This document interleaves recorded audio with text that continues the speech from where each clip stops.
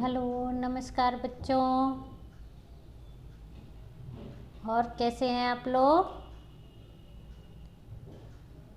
सभी अच्छे होंगे और सभी को स्कूल आने का मन हो रहा होगा, है ना?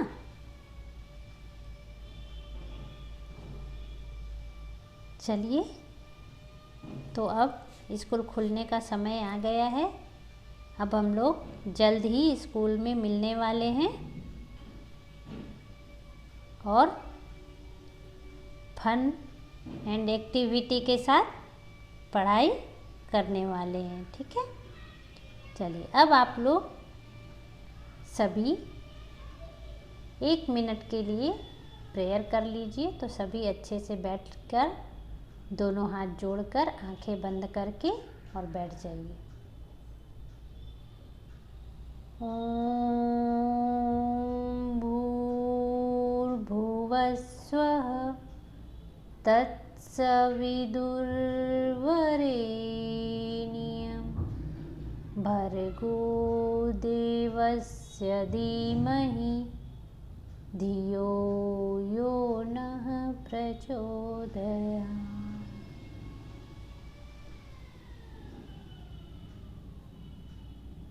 सभी अपनी दोनों हाथों को रब करते हुए आंखों में लगाइए और एक लंबी सांस लेकर रिलैक्स हो जाइए।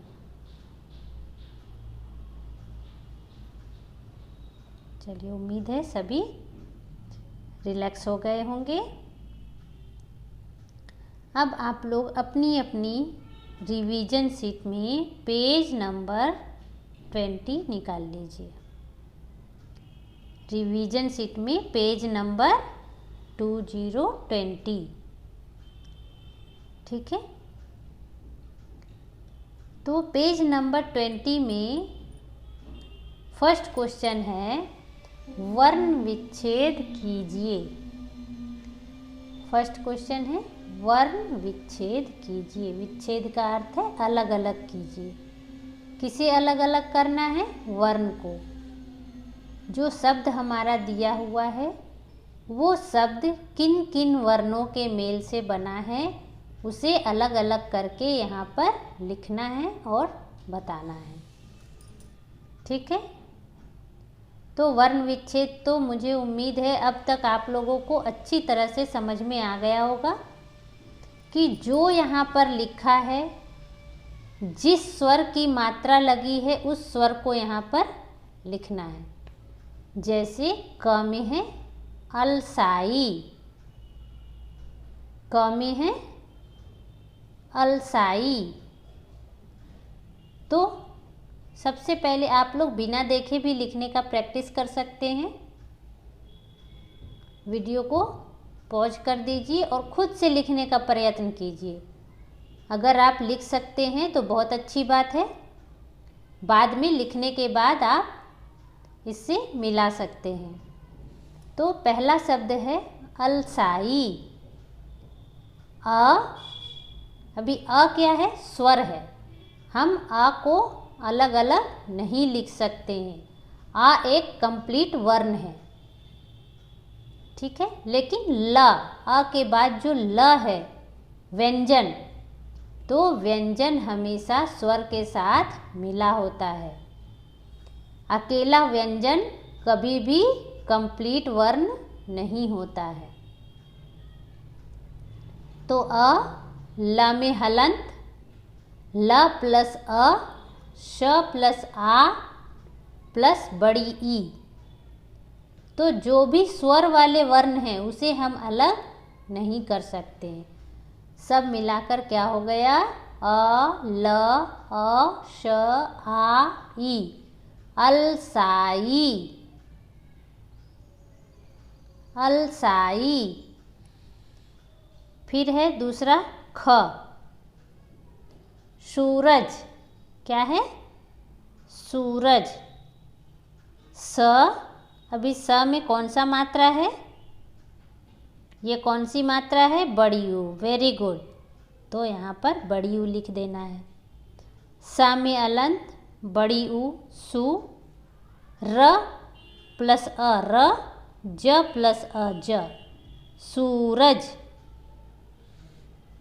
शक्ति, स प्लस अ श, आधा क और त प्लस छोटी ई, ती, शक्ति। अद्भुत, अ प्लस द, यहाँ द प्लस अ भी होगा, नहीं आधा द का उच्चारण है यहाँ सही है, अद्भुत है ये। अ आधा द फिर आधा भ और उ, अद्भुत, त और अ, त, अद्भुत। अ आधा द आधा भ छोटा उ प्लस त प्लस अ, इन वर्णों को मिलाने से क्या बन गया? अद्भुत। तो इस तरह हमें वर्ण विच्छेद करना होता है।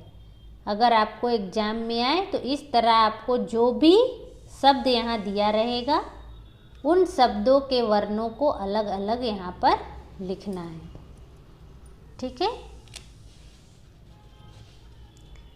चलिए अब आगे बढ़ते हैं। अभी दूसरा प्रश्न है, सोचिए और उत्तर दीजिए। ये जो हमारा पाठ 14 है बीज और पौधा, उससे ये प्रश्न लिया गया है। तो आपको ये समझ में आ जाना चाहिए कि इसका उत्तर क्या हो सकता है। गहराई में क्या बोया गया था? बताइए, गहराई में क्या बोया गया था? गहराई में बीज बोया गया था। गहराई में बीज बोया गया था। तो चलिए ये भी आप लोग लिख लीजिए। इसके पहले वर्ण विच्छेद भी आप लोग लिख ही लिए होंगे। अब ये क्वेश्चन आंसर भी आप लोग लिखते जाइए।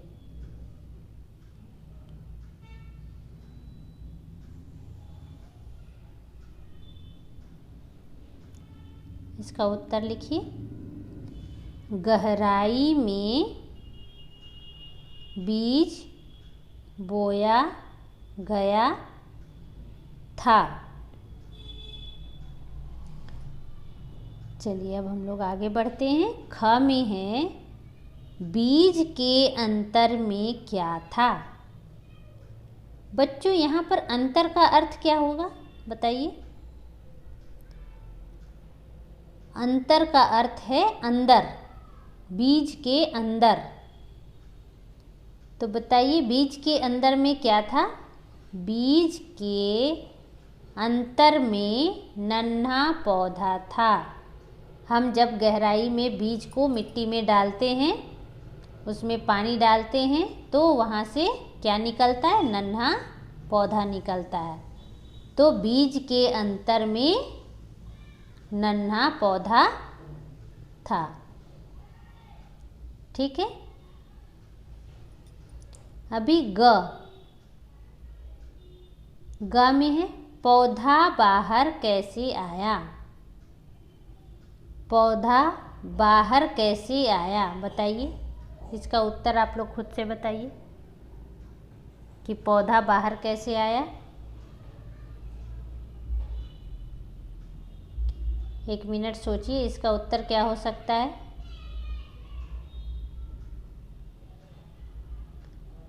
इसका उत्तर क्या होगा? पौधा नींद और आलस्य त्याग कर बाहर आया। इसका उत्तर क्या होगा? चलिए लिखिए। पौधा नींद और आलस्य त्याग कर बाहर आया। ठीक है, अब अगला प्रश्न है, पौधे को क्या अद्भुत लगा? बताइए, पौधे को क्या अद्भुत लगा? चलिए सोचकर बताइए, पहले कोशिश कीजिए खुद से बोलने का।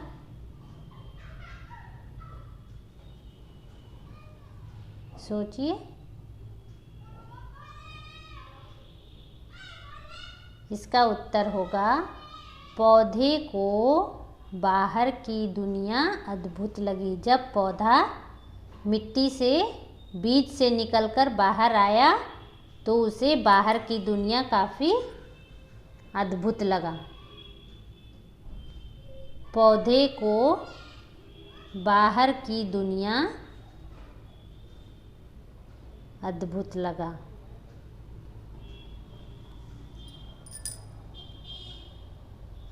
चलिए सभी प्रश्नों का उत्तर देखकर लिख लीजिए।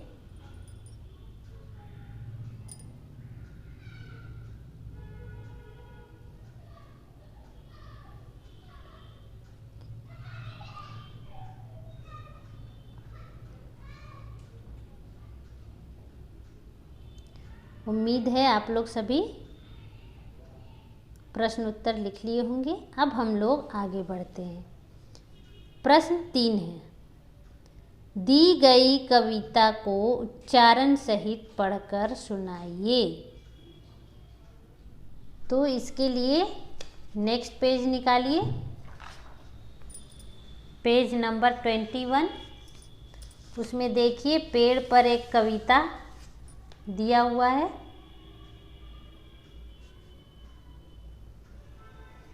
ठीक है, पेड़ पर कविता। तो ये कविता क्या है, चलिए आइए देखते हैं। धरती की बस यही पुकार, पेड़ लगाओ बारंबार, आओ मिलकर कसम खाएं, अपनी धरती हरित बनाएं। धरती पर हरियाली हो, जीवन में खुशहाली हो। पेड़ धरती की शान है, जीवन की मुस्कान है। पेड़ पौधों को पानी दे, जीवन की यही निशानी दे। आओ पेड़ लगाएं हम, पेड़ लगाकर जग महकाकर, जीवन सुखी बनाएं हम, आओ पेड़ लगाएं हम। ठीक है, तो इस कविता में किसकी महत्व बताया हुआ, पेड़ का।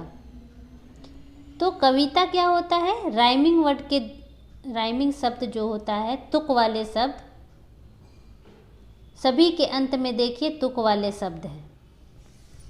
पुकार बारंबार, खाएं बनाएं, हरियाली हो खुशहाली हो, शान है मुस्कान है, पानी दे निशानी दे, लगाकर महकाकर, हम।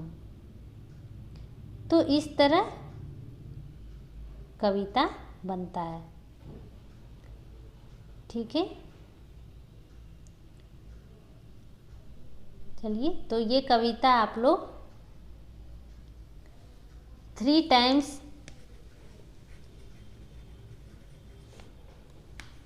रीड कीजिएगा और अच्छे से बोलने का प्रयास कीजिएगा।